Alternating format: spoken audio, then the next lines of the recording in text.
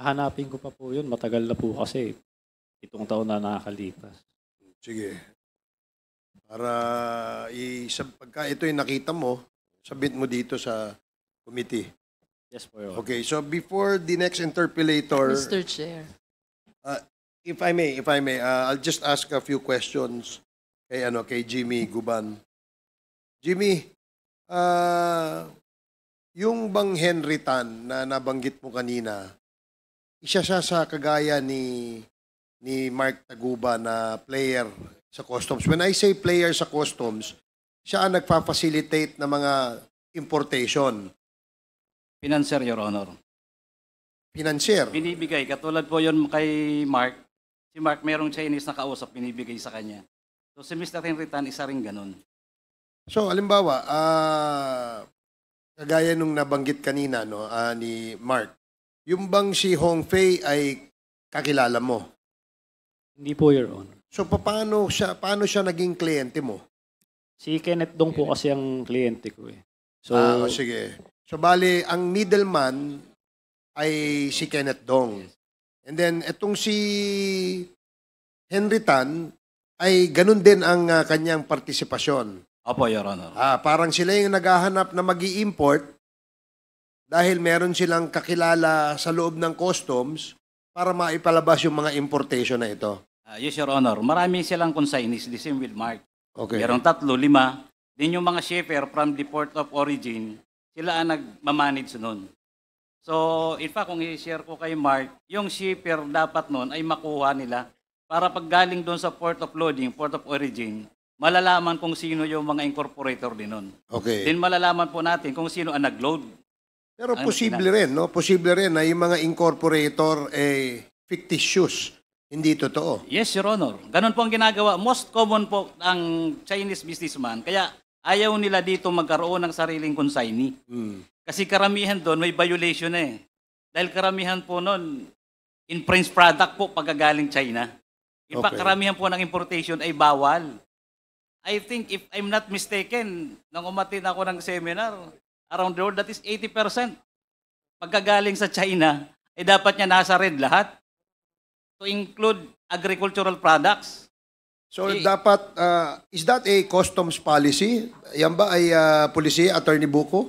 Na lahat ng importation na galing ng China ay dapat nasa red lane? Not necessarily, Your Honor. So, ano yung mga maaaring hindi mapasok sa red lane na galing China na importation? I'm not certain, Your Honor. So, how would you now classify any importation coming from China na maipasok sa red lane? So, si Attorney Buko muna, anong, di ba kasi merong classification, di ba? So, normally, kapag ang importation, ang goods ay galing ng China, ay red lane kaagad yan. Tama?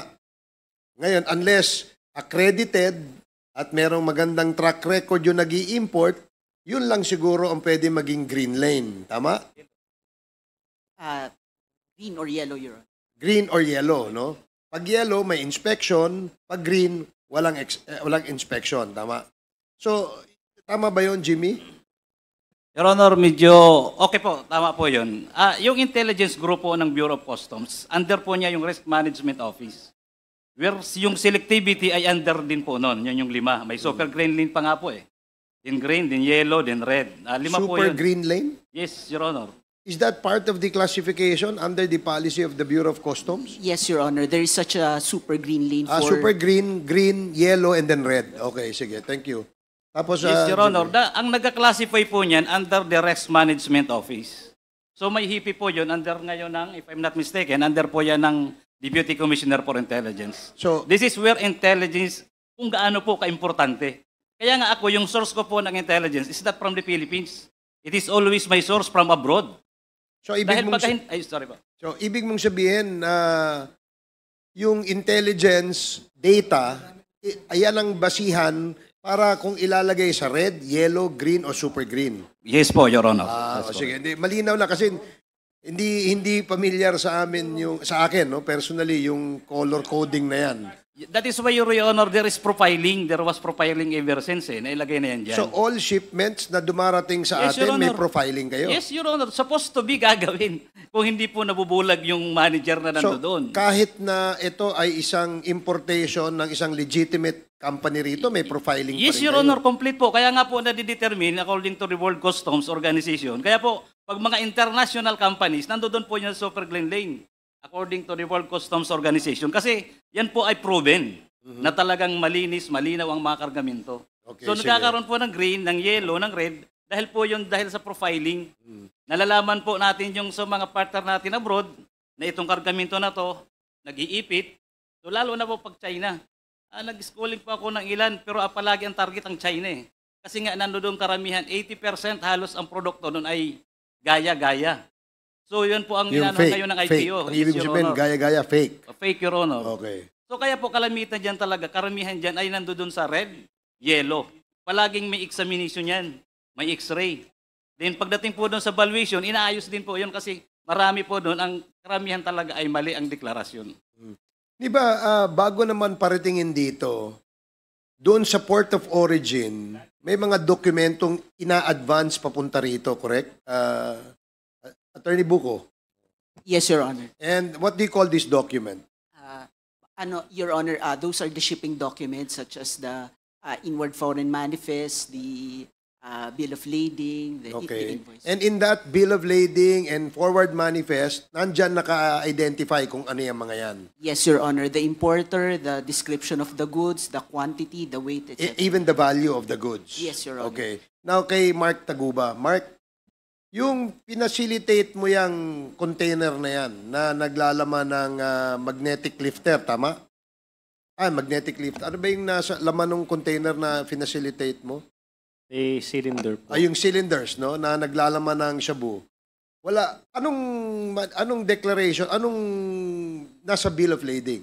Ayun nga po, ang nakalagay lang po doon, hindi ako nagkakamali. Footwear, cutting board. Wala pong nakalagay So, na metal ikaw cylinder. bilang tracker and customs facilitator, hindi mo na sinisiguro. Pagka nakalagay dun sa dokumento, ito ay footwear, general merchandise, okay na sa iyo yun. Opo. So, hindi mo alam na kung ang totoo palang laman nun, maaring baril, maaring drugs. Pwede ko pong idagdag sana. Hmm. Kaya rin naman isa sa mga nanigurado din ako na walang laman na kung ano pa man yun. Kasi po ay may AFTA po yun eh. Kasi yan China Free Trade Agreement. So yun po ay may... AFTA. Is that a certification? Opo, galing Okay. China. So yan po, pinatunayan po sa korte ng examiner na totoo po yun.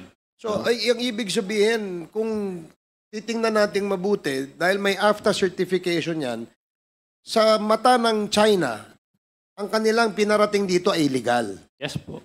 Kasi po, So may kasapakat sila doon. Meron silang kasabwat doon. yun, wala po akong personal knowledge doon. Pero- Kasi hindi naman maaaring ilagay nila sa bill of lading na may shabu dyan. Tama po kayo. At hindi naman nila isi-certify. Pero tama po kayo doon. Pero sa side po namin, dahil tinatakan po yun ng Quarantine Bureau, pag Quarantine Bureau po, physical inspection po yan. So sa aming side, walang problema. Okay lang yung... Yun lang naman yung ano namin eh, So yung basihan nung namin. nakita mong may certification ng AFTA, Yun ang nagtiwala ka na walang droga yan. Yun po kasi yung pinaka-protection din namin eh, na Okay. para hindi masangkot sa mga ganyan. So ibig sabihin, may kasabwat sila ron. Maaari po. Hindi ba? Kasi hindi naman magse-certify yung China na ito ay AFTA kung talagang in-inspection nila ang laman ng kinaga sa loob ng container. Your Honor, tunay kaya yung AFTA? So malaking question din yan. Pag-usapan din natin yan sa susunod. But I just wanted to validate yung naririnig namin na info na paano naman kayo na mga kagaya mo, customs facilitator, nagnenegosyo sa loob ng customs, anong protection nyo? Kaya nga, gaya ng sinabi mo, yung AFTA certification, yun ang nagpapatunay na walang kontrabando. Supposed to be. Yes po, Your Honor. Bukod pa doon, yung mga dokumento na bill of lading, mga SAD, lahat po yan meron pong nakalagay na certified true and correct. So, ibig sabihin, hindi lang ikaw ang maaring naloko nitong mga importer na ito.